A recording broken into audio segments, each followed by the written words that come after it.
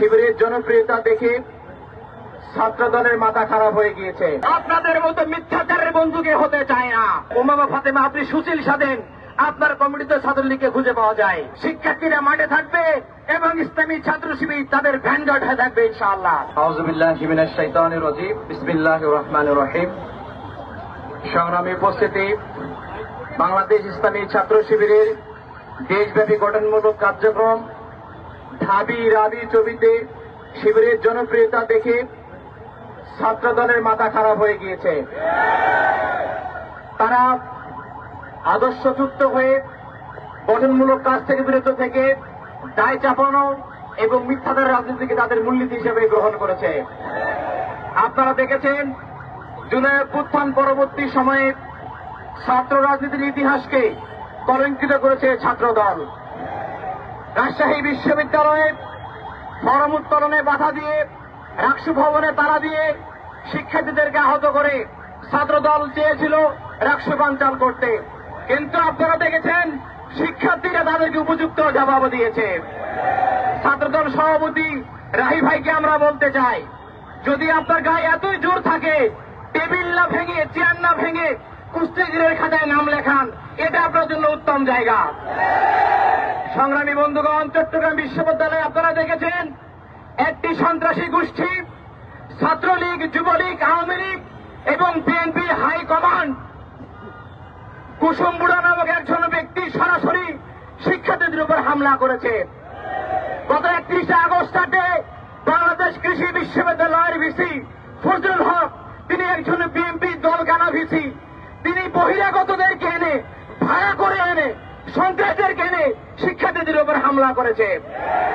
সারা দেশে যখন ন্যাক্কারজনক ঘটনার মাধ্যমে বিএনপির ইমেজ সংকট হচ্ছে, তখন পরিকল্পিতভাবে ঢাকা বিশ্ববিদ্যালয়ের মস্তিষ্ক বিকৃত শিক্ষার্থী আলী হুজুরের পোস্টের দায় শিবিরের উপর দিয়ে তারা দায় মুক্তি দেওয়ার চেষ্টা করেছে। সংগ্রামী উপস্থিতি, আমরা বলতে চাই, আপনারা আমাদেরকে সত্য বলতে বাধ্য করবেন না। যদি আমরা সত্য বলতে শুরু করি, এদেশে আপনারা বাম এবং আওয়ামী লীগ ছাড়া কোন রাজনৈতিক বন্ধু খুঁজে পাবেন না। আপনাদের মতো মিথ্যাচারের বন্ধুকে হতে চায় না। আপনারা দেখেছেন 2002 সালে রোকেয়া হলে শিক্ষার্থীদেরকে পশুর মতো তারা নির্যাতন করেছিল। শামসুন নাহার হলে রাতের মধ্যে অসংখ্য শিক্ষার্থীকে তারা ধর্ষণ করেছিল। 1992 সালে রাজুকে তারা পরিকল্পিতভাবে হত্যা করেছিল।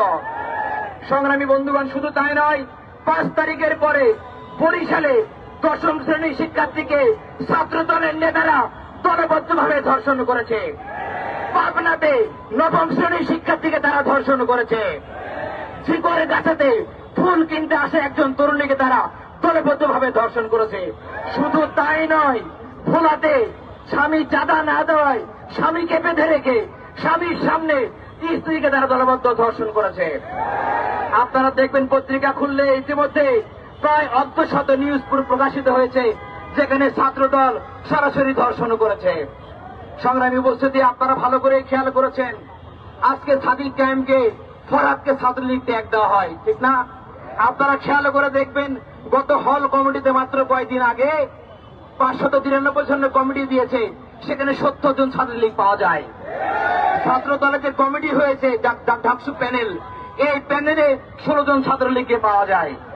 মেঘমাল্লার বসু অনেক বড় বড় গল্প করেন, তার প্যানেলে ছাত্রলীগকে আমরা খুঁজে পাই। উমামা ফাতেমা, আপনি সুশীল সাধেন, আপনার কমিটিতে ছাত্রলীগকে খুঁজে পাওয়া যায়।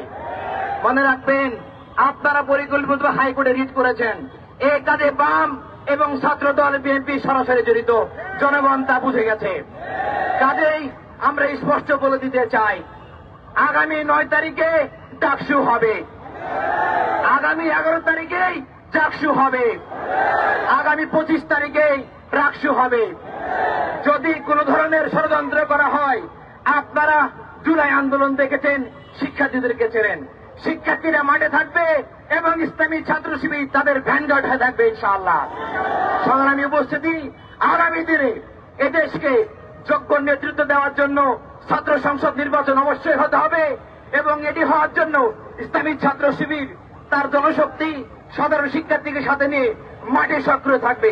আপনাদের সবাইকে আগামী দিনে বৈষম্যহীন সম্প্রীতির সমাজ গড়ার উদাত্ত আহ্বান জানিয়ে আজকের মতো বিদায় নিচ্ছি।